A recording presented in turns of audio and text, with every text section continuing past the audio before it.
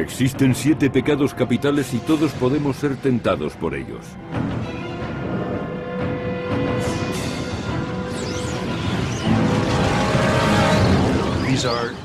Son pecados mortales y tienen graves consecuencias en nuestra vida espiritual.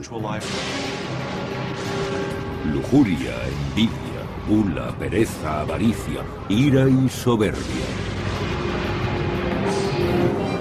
Según la teología cristiana, para cometer uno de estos pecados mortales no hace falta más que desearlos. Las Escrituras dicen que el pecado se paga con la muerte. Detrás de cada uno de esos pecados se esconde una historia que explica por qué llegaron a ser mortales. Los 7 pecados capitales han tenido una enorme repercusión en la historia, en la sociedad y en nuestras almas. Las leyes de Dios no se pueden transgredir sin pagar un alto precio. Y el pecado más peligroso es la soberbia.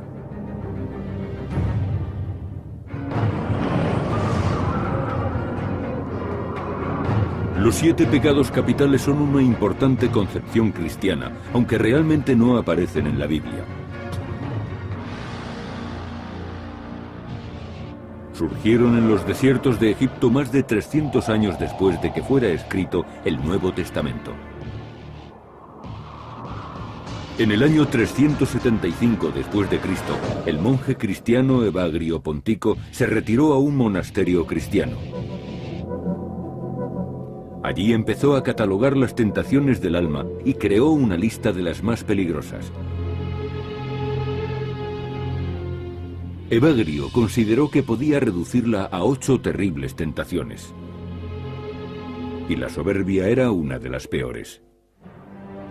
Evagrio avisaba que era una tentación que corrompía todo lo que tocaba.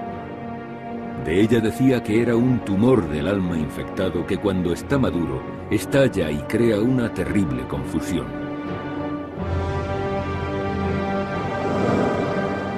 Los 7 pecados capitales evolucionarían finalmente hacia el año 590 después de Cristo, cuando el Papa Gregorio el Grande examinó la lista de Evagrio. Lo redujo a 7 y cambió la denominación de tentaciones por pecados, y dijo además que eran mortales. Para el Papa Gregorio, la soberbia era el peor de los 7 pecados capitales. Era la base de todo el mal. De acuerdo con ello, escribió: la soberbia es la semilla de todos los pecados. Pero, ¿qué es la soberbia? ¿Y por qué se la considera tan maligna? La soberbia es definida como una forma de arrogancia, un sentido embriagador de la importancia de uno mismo. Según los teólogos, la soberbia hace creer a las personas que no necesitan a Dios. Los vicios trabajan juntos bajo la dirección del peor de todos ellos, y ese es la soberbia.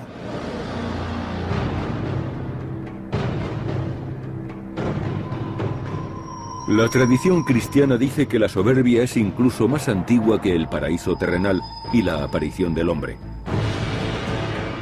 Manchó el propio tejido de la creación desde el inicio del tiempo, hasta el nacimiento del mismo demonio.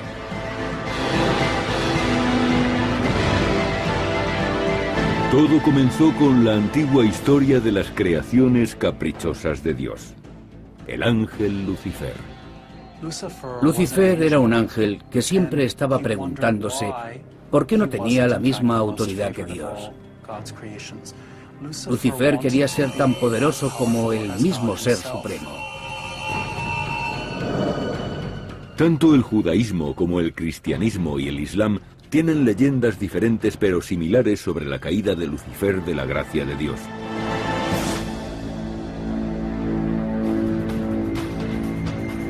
En las escrituras islámicas, Satán o Satán era demasiado orgulloso para obedecer la orden divina de inclinarse ante su mejor creación, Adán. Creía que era mejor que Adán porque había sido creado del fuego y del Espíritu de Dios, mientras que Adán venía del polvo de la tierra. Y fue su soberbia, su deseo de ser igual a Dios, lo que al final provocó su caída.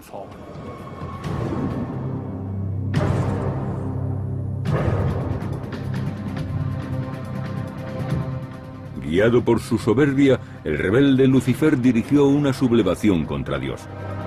Legiones de ángeles lucharon en una terrible guerra celestial hasta que finalmente él y sus secuaces fueron derrotados y arrojados a las profundidades del infierno.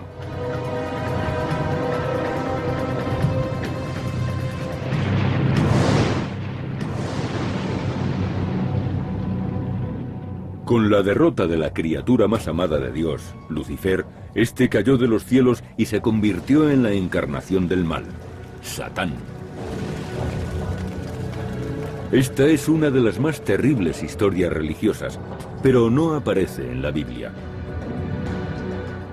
La caída de Lucifer proviene de antiguas leyendas escritas en algún momento entre la aparición del Antiguo y del Nuevo Testamento. Pero aunque no se encuentra en la Biblia, esta narración es una poderosa parábola sobre la destrucción que causa la soberbia.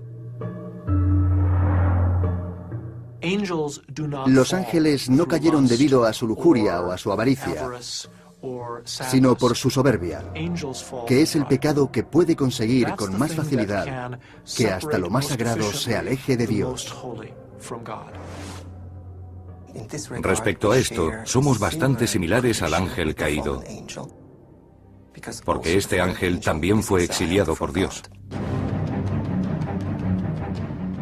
La rebelión de Lucifer prosiguió, ya que juró envenenar la mayor creación divina, el hombre. Satán abandonó su trono en el infierno para seducir a los nuevos habitantes de la tierra, Eva y Adán. La misma soberbia que había causado la ruina de Lucifer iba ahora a beneficiarle en su oscuro propósito.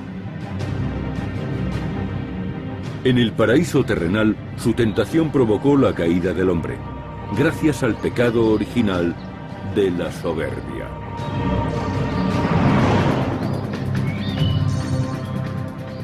Según la tradición cristiana, la soberbia fue el pecado de Adán y Eva.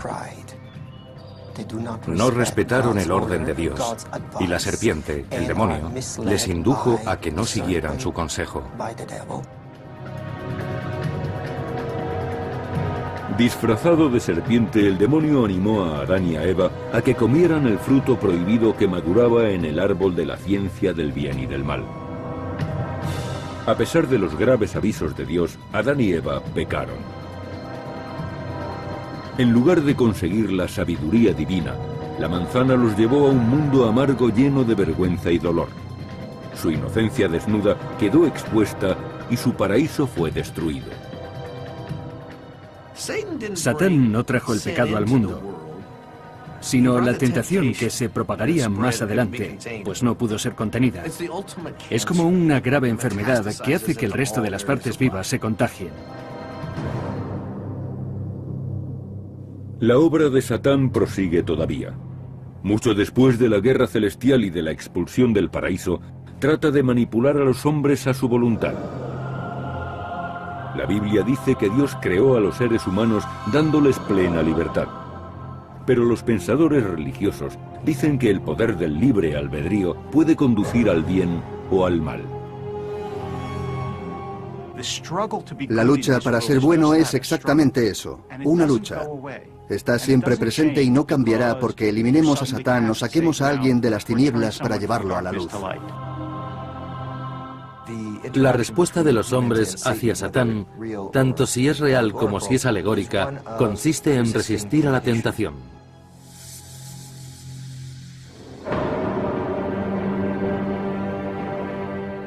A lo largo de la historia, incluso los hombres santos han sido inducidos al pecado. Cuando el monje cristiano Evagrio Pontico escribió su lista, contenía 8 pensamientos malignos, y el peor de todos era el pecado de la soberbia. Al principio la soberbia era tan importante que tenía un doble contenido, o si así se prefiere, 2 pecados. Evagrio dividió la soberbia en dos vicios diferentes: vanagloria y orgullo. Los dos vicios más peligrosos son los de la vanagloria y el orgullo.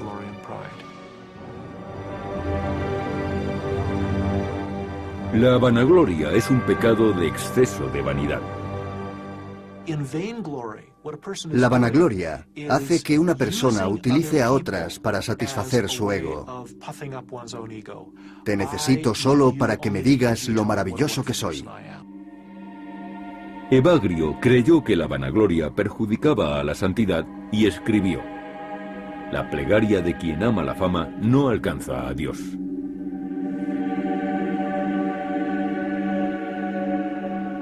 Mientras que este pecado necesita el apoyo de otros, el pecado del orgullo solo necesita a uno, a sí mismo.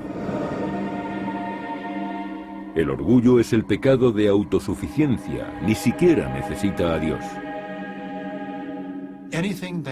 Cualquier cosa que cuestione a Dios y que nos haga creer que merecemos un lugar más alto que el nuestro es un pecado de orgullo. En el año 590 después de Cristo, el Papa Gregorio concibió una idea diferente para las 8 tentaciones de Evagrio, porque creía que el número 7 tenía un significado divino.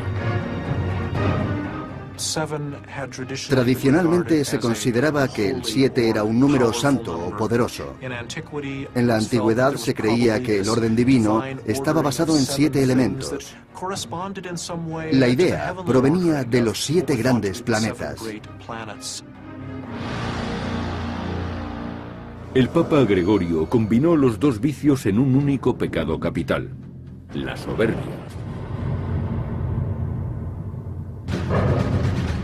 La soberbia fue considerada también un pecado terrible en otras culturas, además de la judeocristiana. En el Mediterráneo, las grandes ciudades de Atenas y Roma condenaron la soberbia. En el mundo grecorromano, se podía decir que la soberbia era el pecado más importante. Los antiguos griegos llamaban ubris a este pecado esencial. Las rocas que se encuentran en el estrecho de Gibraltar fueron llamadas ubris por los antiguos griegos. Navegar a través de ellas era considerado arrogante, porque indicaba que se quería ser como los dioses. Ese es el significado de ubris, es decir, que te crees igual a los dioses. Los griegos utilizaban alegorías sobre la soberbia para prevenir a la gente contra este pecado. En ellas explicaban que podía conducirles a la perdición. En la leyenda de Ícaro se dice que creyó que podía volar con alas de cera.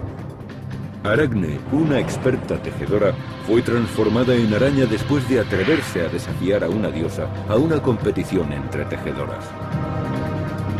En el mundo grecorromano se insistía en que el pecado de soberbia hacía que las personas desafiaran a los dioses y que el castigo era siempre terrible. El mundo cristiano creó su propio castigo para la soberbia y lo llamó infierno.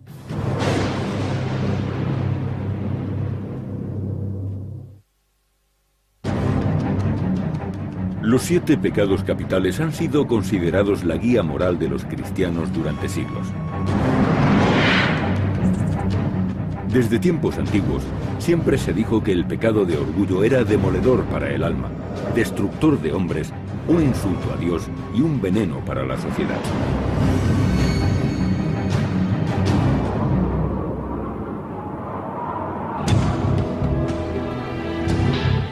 La evolución del pecado de la soberbia ha sido un eco de la de Satán. Siempre se creyó que él y su ejército de demonios eran ángeles caídos.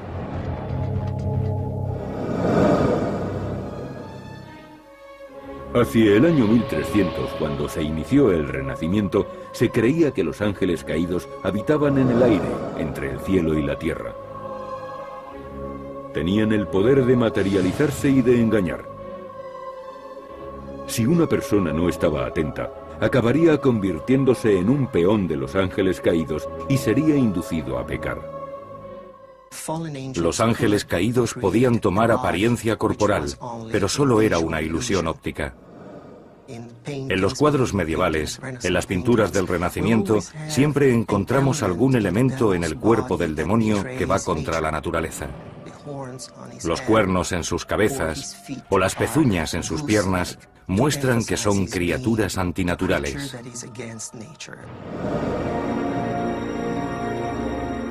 Se dice que los ángeles caídos prefieren utilizar la soberbia para tentar. Con ella ciegan a los pecadores para que no puedan ver más que a ellos mismos.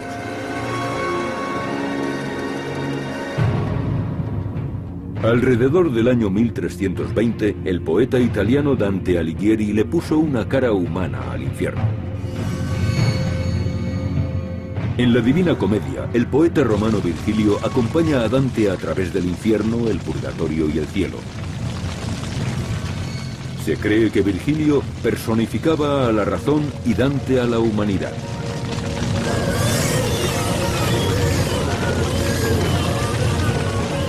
Es en el purgatorio donde Dante muestra los relatos más vívidos de los castigos de los pecadores.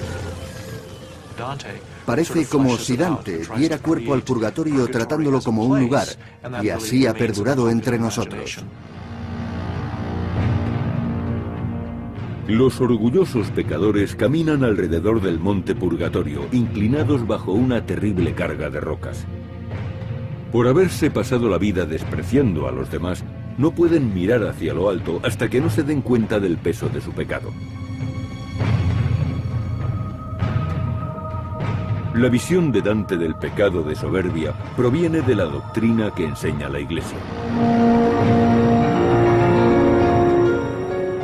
Tradicionalmente, se les ha dicho a los católicos que no deben ser soberbios ni alimentar demasiadas ambiciones.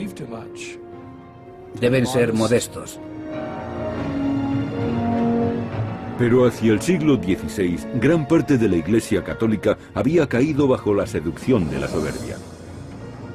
En el año 1500, el Papa León X era uno de los hombres más ricos de Europa y siempre estaba tratando de conseguir más dinero para mantener el Vaticano y su estilo de vida.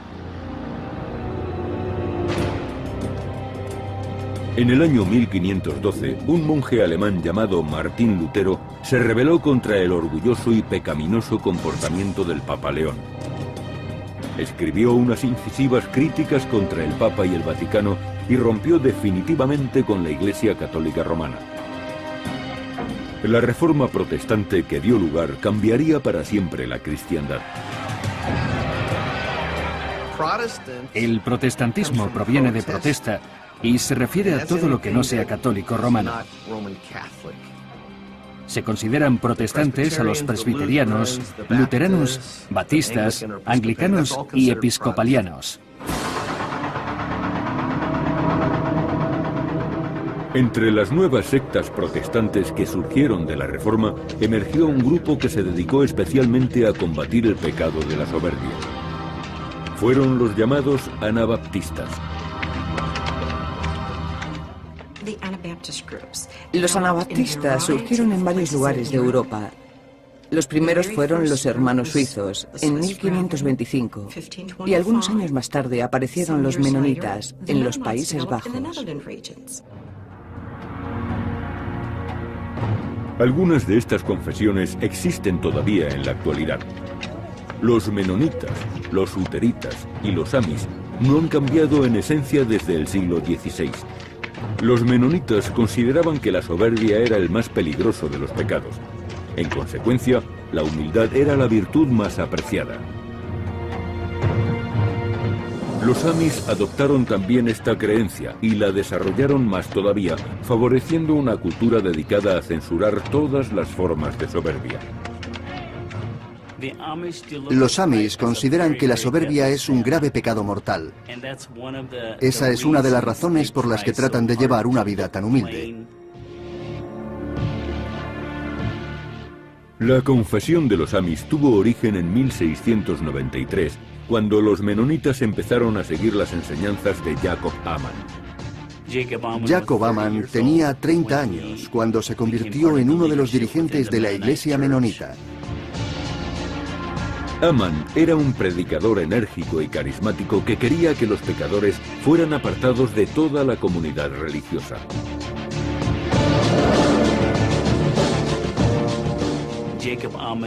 Jacob Aman tenía firmes ideas sobre la excomunión y el rechazo a los excomulgados. Probablemente ese fuera el asunto más importante de su tiempo. Decía que no se debe compartir la mesa con los excomulgados. Y si estaban casados, no debía existir ninguna relación sexual entre marido y mujer. Eran personas que debían permanecer completamente aisladas hasta que se arrepintieran y quisieran regresar al seno de la comunidad. Hace 300 años, Jacob Aman preparó el terreno en América para asentar la cultura Amish, tal y como la conocemos hoy en día.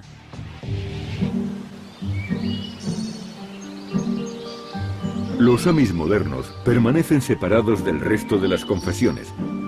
Fuera de la iglesia, combaten la soberbia vistiendo ropas sencillas, trabajando duro y rechazando todo lo que consideran mundano.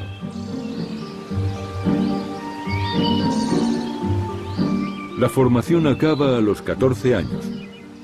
Para entonces, los Amish consideran que los jóvenes saben todo lo necesario para contribuir a la comunidad. Emplean pocas máquinas que les ayuden en el trabajo, porque creen que la tecnología solo puede conducir a desear más espacio, más equipos, más problemas y finalmente a una mayor soberbia. Todo debe ser pequeño, sencillo, para que puedan trabajar con caballos y que nada escape de su mano. Su desprecio hacia la soberbia se manifiesta en todos los aspectos de su vida.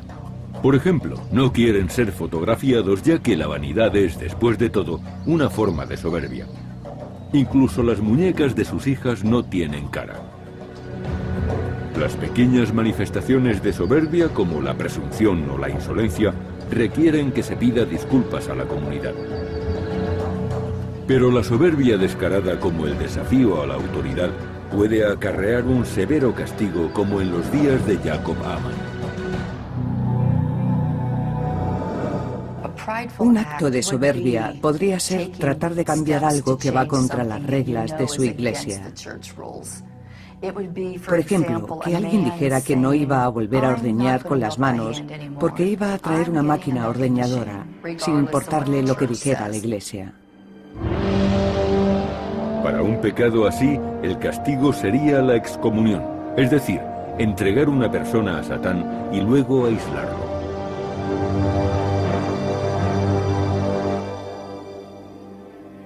Pero a pesar de sus esfuerzos, los Amish no son inmunes a la soberbia. La soberbia dentro de la iglesia Amish es muy similar a la soberbia fuera de esta confesión. No tienen coches para no sentirse orgullosos de ellos, pero tienen carros de caballos y pueden mejorarlos igual que los coches. Es muy interesante el esfuerzo que puede imponer la humildad. En resumen, podría llegar a convertirse en una auténtica carrera de fondo.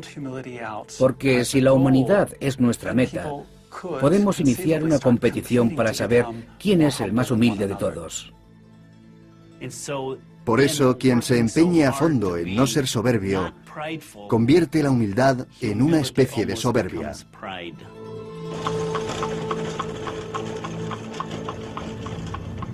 La soberbia es un pecado mortal que la mayoría de las religiones tratan de apartar, pero ninguna ha tenido demasiado éxito.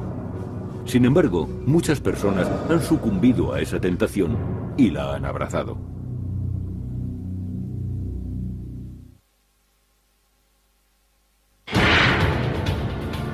Los 7 pecados capitales pertenecen a una tradición secular que afirma que el mal tienta a las almas. Y la soberbia siempre ha sido considerada el mayor de los pecados. Para bien o para mal, la soberbia ha alimentado el motor de la historia. Con frecuencia inspira y corrompe al mismo tiempo.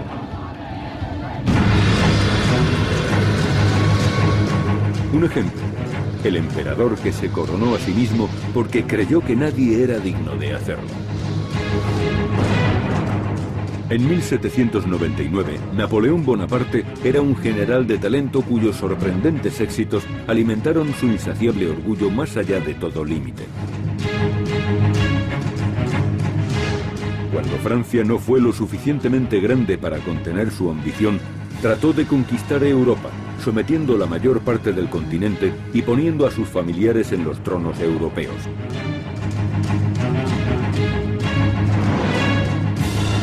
Creyéndose invencible, el emperador envió 500.000 de soldados a Rusia en una invasión mal planeada. Y cuando su ejército abarcó más de lo que podía, sus enemigos se echaron sobre él. Napoleón fue obligado a abdicar y fue exiliado a la isla de Elba en el año 1814. Escapó y volvió a reunir a su ejército, pero fue definitivamente derrotado en la batalla de Waterloo en 1815. Murió durante el exilio en la isla de Santa Elena. Waterloo ha permanecido para siempre como sinónimo de derrota y de soberbia sin medida.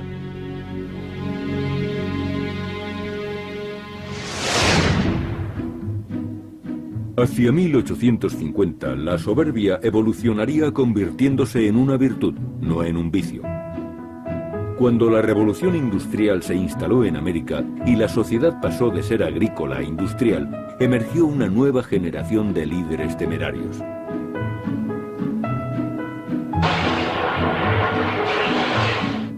Las ciudades crecieron enormemente con las industrias del acero, los astilleros y los ferrocarriles. Esta época de oportunidad hizo que muchas personas modestas se convirtieran en magnates. Recordemos a Andrew Mellon, Andrew Carnegie, Cornelius Vanderbilt. Esos varones del robo fueron brillantes empresarios que supieron aprovecharse de aquel cambio y amasaron enormes fortunas. Su riqueza era fabulosa y a veces la consiguieron demasiado rápido. Uno de los más famosos varones del robo fue William Randolph Hearst, que ganó muchos millones con su imperio editorial. Hearst demostró su soberbia cuando construyó su mansión Hearst Castle de 8.400 metros cuadrados en su finca de California de 16.000 hectáreas. A lo largo de una muy opulenta vida, adquirió bienes en todo el mundo. Fue un hombre que tuvo esencialmente de todo. Este opulento estilo de vida acarreó críticas y forzó a Hearst y a su clase a encontrar una forma de justificar sus pecados. Muchos fundaron organizaciones caritativas para pasar de ser varones del robo a filántropos. Un ejemplo, la Fundación Ford. Para seguir gozando de tanta riqueza material y conseguir al mismo tiempo la aprobación popular, era necesario ayudar a la sociedad. Tenían que demostrar que no se consideraban personas superiores, sino solo mejores a la hora de hacer negocios. Y una buena forma de conseguirlo era creando una gran institución caritativa e invertir millones de dólares en ella. Esa es precisamente la paradoja de la soberbia.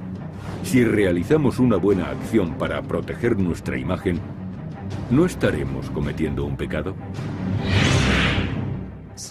Si dono mucho dinero para conseguir el reconocimiento público, nuestro Padre que está en los cielos, como dijo Jesucristo, no necesita darnos ninguna recompensa, porque ya la hemos conseguido en vida.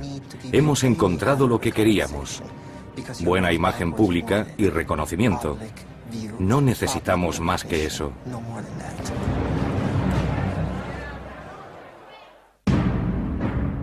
La soberbia puede inducir a la confusión. Lo que puede parecer caridad no es más que una consecuencia de la arrogancia. Igual que el demonio sabe disfrazarse, la soberbia puede parecer algo bueno. Aunque sentirse orgulloso de uno mismo puede ser definido como pecado, existe otro tipo de orgullo que a veces se confunde con una fuerza provechosa. La descendencia, la educación, la religión, el vecindario y nuestra nación son para nosotros motivo de orgullo. El orgullo casi invariablemente implica una comparación entre tú mismo y otra persona, o entre tú y un grupo de gente.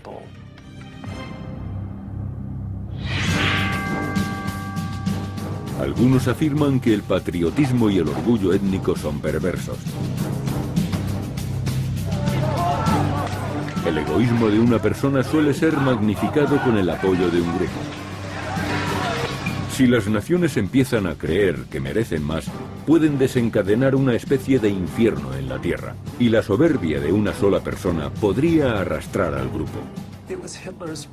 La soberbia de Hitler lo catapultó desde una mediocre infancia en Austria al poder internacional.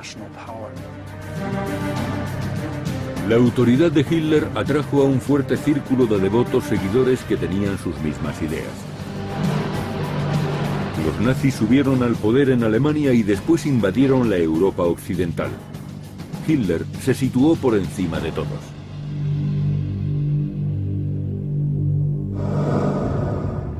Hitler trató de eliminar lo que consideraba que era la principal amenaza de la raza aria, los judíos.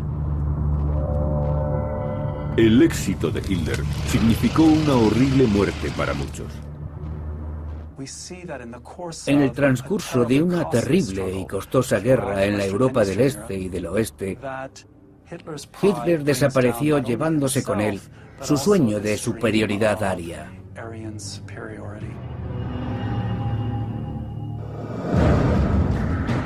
Hitler desapareció, pero su doctrina aria es un violento ejemplo de soberbia desenfrenada. La soberbia es tan fascinante como insidiosa. Todo aquel que sucumbe a su hechizo, no importa cuál sea, se enfrenta a la condenación eterna.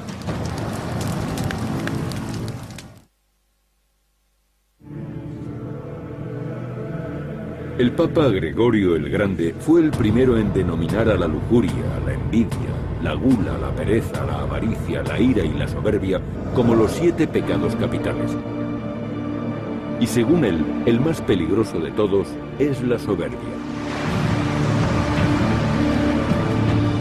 La soberbia puede parecer atractiva, aunque sea un pecado horrible.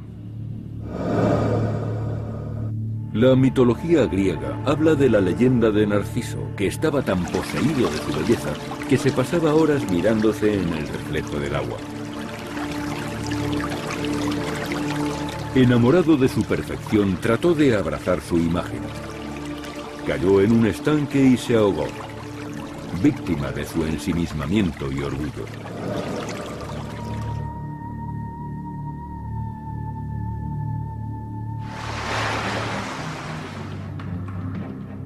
Esta leyenda es el origen del término narcisista, alguien que se siente tan orgulloso de sí mismo y de lo que hace, que para él no existe nada más. El narcisismo es la misma imagen de la complacencia. El narcisista pasa por encima de todo lo que se le opone para perfeccionar su imagen. Es una persona que muestra frecuentemente una imagen pública amistosa que le ayuda a conectar con la gente.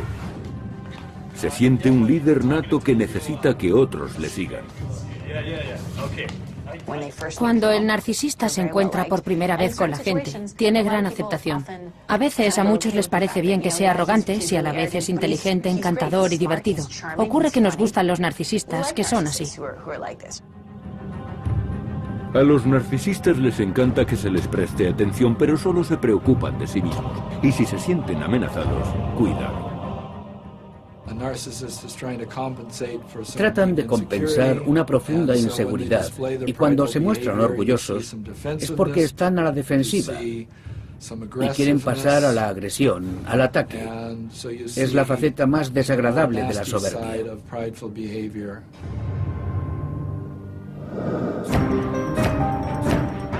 La soberbia puede mostrarse también como vanidad. Eso cambia de cultura a cultura, e incluso de época a época. En gran parte de Europa, y desde luego en la Inglaterra del siglo XIX, cuanto más gordo se estaba, más respeto se conseguía. Si una persona y su familia eran obesos, significaba que tenían buenos recursos. A lo largo de la historia, estar bronceado no era motivo de orgullo, más bien lo contrario. Indicaba que se era un trabajador corriente. Por supuesto, eso ha cambiado en nuestros días. Muchas personas van a broncearse a un instituto de belleza si viven en un clima frío. El color moreno significa que se tiene tiempo libre para irse a tostar bajo el sol a una playa.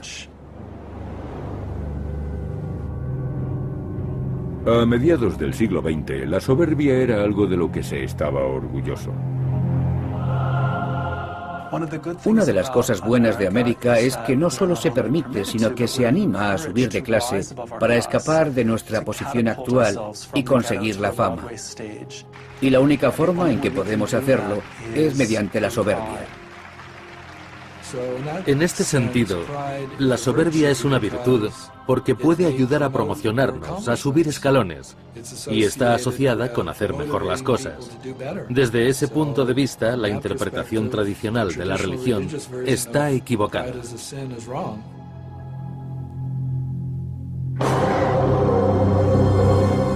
Para el creyente, el camino del pecado siempre ha conducido al infierno. Pero parece que en la actualidad muchas personas no piensan de esa manera. Es muy fácil fijarnos en los pasajes de las escrituras cristianas que hablan de que Dios perdonará todo y no hacer caso a esos otros pasajes que hacen referencia al infierno. Durante siglos el alma humana ha sido considerada como el objeto de la eterna batalla entre los ángeles celestiales y los demonios que sirven al mal. En la actualidad, esa imagen parece un poco obsoleta.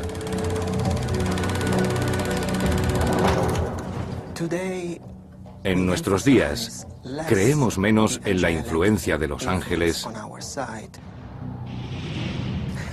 y más en nuestra libre voluntad. En el Evangelio, San Juan define el pecado en una carta como una falta contra la ley. Pero en una sociedad donde la lógica más elemental nos dice, si te sientes bien, hazlo, y la soberbia es algo positivo, el orgullo no es considerado pecado. También puede ser que al celebrar la soberbia hayamos suprimido totalmente el concepto de pecado. Gregorio el Grande creía, igual que muchos teólogos cristianos posteriores, que los 7 pecados capitales podían reducirse solamente a uno, a la soberbia. Pero si ahora la soberbia no es pecado, entonces los demás pecados podrían también quedar reducidos a algo irrelevante. La soberbia puede ser más compleja de lo que creemos. Nuevas investigaciones sugieren que existen 2 clases de soberbia.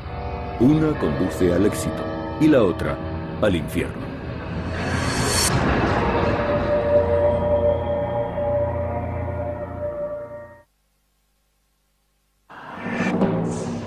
Los 7 pecados capitales han sido la guía de la cristiandad durante siglos. Una lista de pensamientos y acciones que, si se siguen, conducen al infierno. La soberbia siempre ha sido el más peligroso de todos los pecados. La psicóloga Jessica Trey ha descubierto que la soberbia u orgullo tiene 2 caras. Creo que la mayoría de los estadounidenses creemos que el orgullo es bueno. Es algo que apreciamos y que llamamos orgullo auténtico. Este orgullo auténtico está asociado con buenos sentimientos como productividad, confianza y éxito. El orgullo o la soberbia, con otro significado, es el conocido como hubris, la soberbia asociada con el pecado mortal. Consiste en la arrogancia, el egoísmo y la presunción. Todo nos conduce a pensar que un tipo de soberbia es correcto, el otro es el demonio del engaño. Pero a veces no podemos distinguirlos. Estas diferencias son consideradas disposiciones crónicas. Algunas personas con el tiempo tienden a sentir el orgullo auténtico y otras el orgullo hubris. Se trata de personas muy diferentes. Sin llegar a pensarlo, tendemos naturalmente al orgullo o soberbia hubris. pero repudiamos a las personas de soberbia desmedida. Rick Henderson, el jugador de béisbol, es un buen ejemplo. Una vez dijo, soy el mejor. Y fue muy criticado por decir eso. La gente realmente odia esas cosas. También es algo natural que sintamos placer viendo cómo se castiga la soberbia. Hay pecados que encuentran satisfacción cuando se castiga a los enemigos o a otras personas. Eso no es una soberbia virtuosa, sino un pecado. Por otra parte, el orgullo auténtico sirve para alcanzar prestigio y es ingrediente esencial de una sociedad próspera. Si una persona hace algo bien, se siente orgullosa y trata de transmitirlo. Por eso los anuncios con famosos tienen éxito, porque nuestro concepto del prestigio nos dice que ellos saben lo que hacen, aunque un excelente golfista no sea el más adecuado para anunciar coches. Algunos claudican ante la soberbia, otros luchan contra ella, pero todos estamos infectados.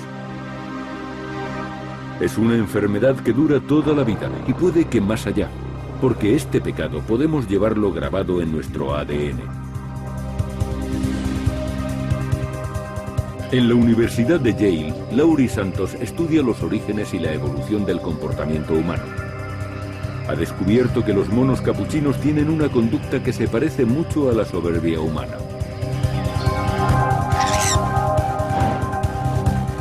Los economistas han estudiado la tendencia irracional que tienen las personas a sobrevalorar lo que poseen simplemente porque es suyo.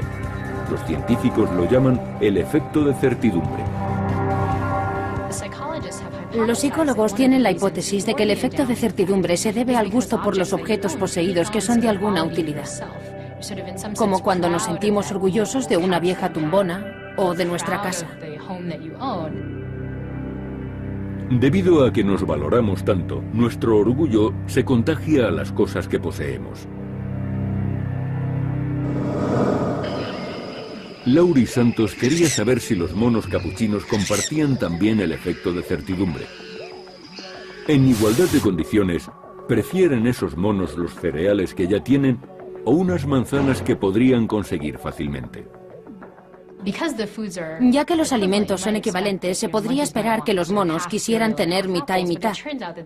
De hecho, cuando los monos tienen cereales, parecen darles un mayor valor. Y para que los dejen, hay que ofrecerles muchas manzanas. Los monos capuchinos, como las personas, sienten cierto orgullo por sus posesiones. El efecto de certidumbre en los monos capuchinos indica que podría estar relacionado con el orgullo.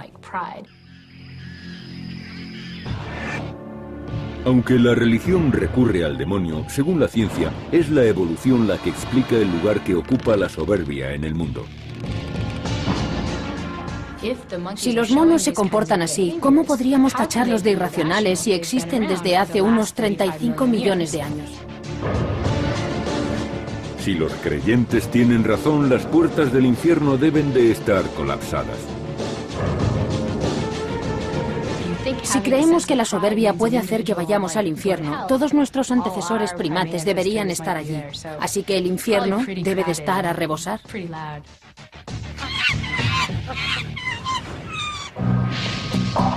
Tanto si el infierno fue creado solo para los humanos como si no, cuesta creer que la soberbia sea el pasaporte para ir. La naturaleza de la soberbia es más complicada que todo eso. Si la soberbia solo busca la posesión de algo, de un recurso, de una comida, de un terreno, de unos genes que nos hagan ser un compañero deseable para procrear o de una buena posición en la sociedad, entonces claramente no solo resulta beneficiosa, sino que es totalmente necesaria.